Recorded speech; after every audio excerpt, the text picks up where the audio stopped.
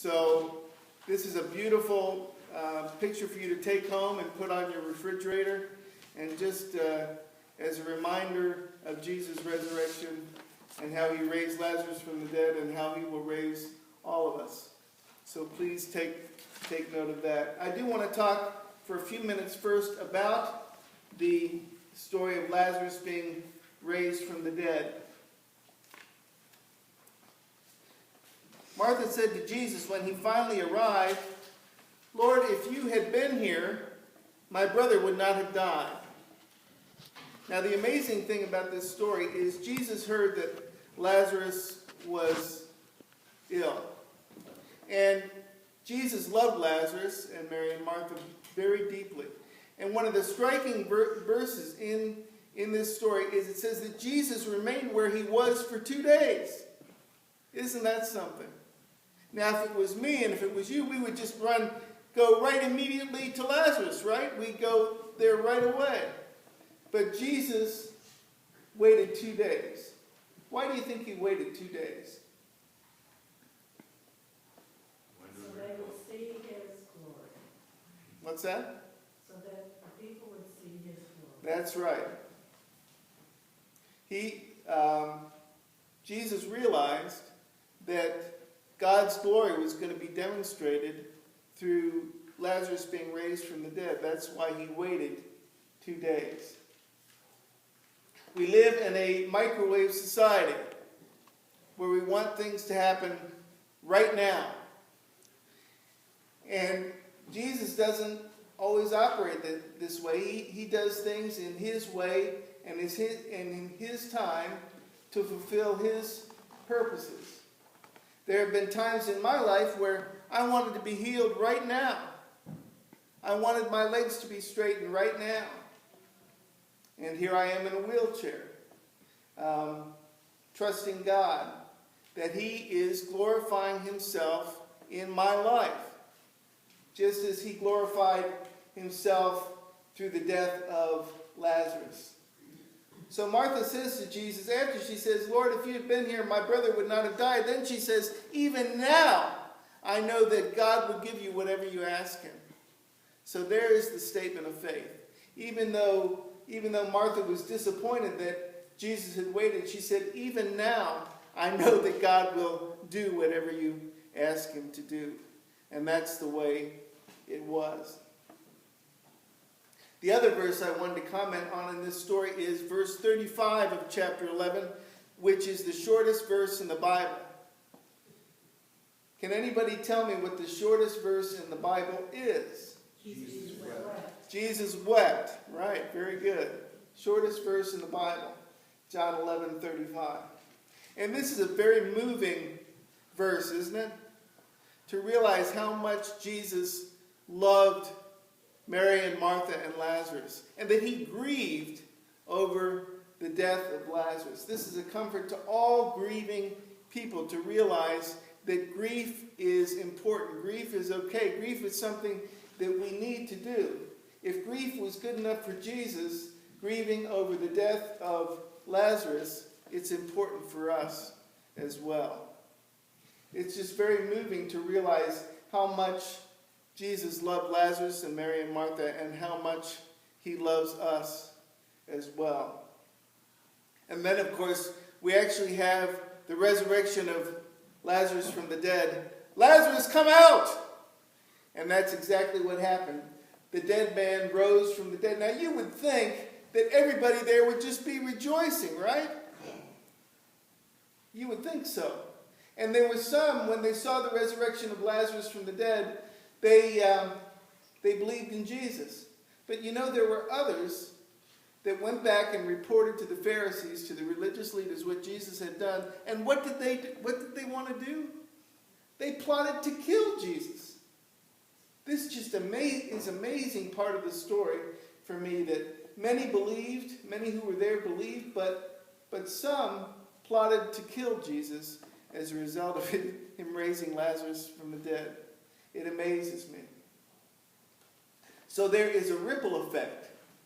When resurrection happens, there is a ripple effect. For the resurrection of Lazarus, there was a ripple effect. Some believed in Jesus as a result of this resurrection, fabulous resurrection event, and others plotted to kill Jesus. And this is the theme I'm going to talk about throughout the sermon, the ripple effect of the resurrection. The second thing I want to talk about is by a man by the name of Nick Winton.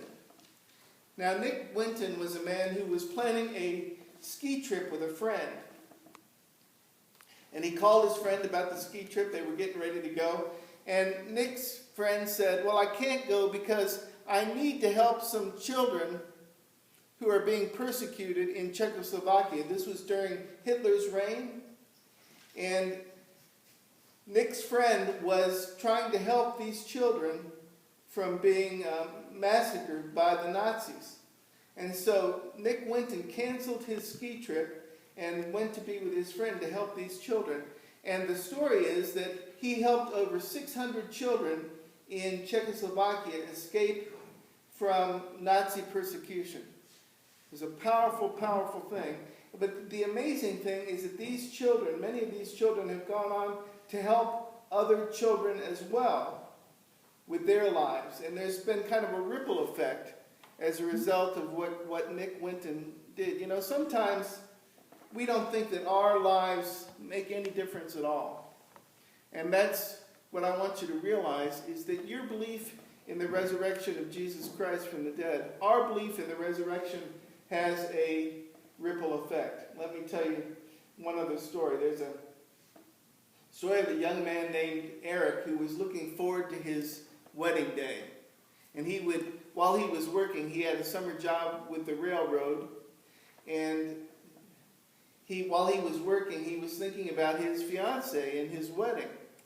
And he was looking forward to, by the way, this story is taken from Godwin's story, the book Godwin's. And so while he was working on his job with the railroad, he was thinking about his wedding. And all of a sudden, there was he realized that something was wrong with the vehicle that he was riding in. So he gets underneath to see what was going on with the vehicle, and this vehicle that he's in collapses on his chest. So he's underneath this vehicle needing to be rescued. Now, in another part of the country, there was a doctor who was at a conference, and he was in a hurry to get back to the hospital because he was on duty that night. But he decided that he could stay for one more seminar before he had to get back to the hospital. And this seminar was on how to repair a damaged liver. Okay? And he said, I don't know if I should take that or not. Because he said, how many times am I going to need to repair a damaged liver where I work? But he said, I'll go ahead and take it. So he goes ahead and take it. He comes back into the hospital that night to work. And who should come in but Eric, who's in need of a liver repair. And the doctor had just taken this course on how to repair the liver. And so it was amazing God wink of how God takes care of us and how there's a ripple effect. Eric was resurrected as a result of this doctor taking this seminar. Thank God for that, because I'm alive today. That's right. I was in a motorcycle wreck and had my liver lacerated.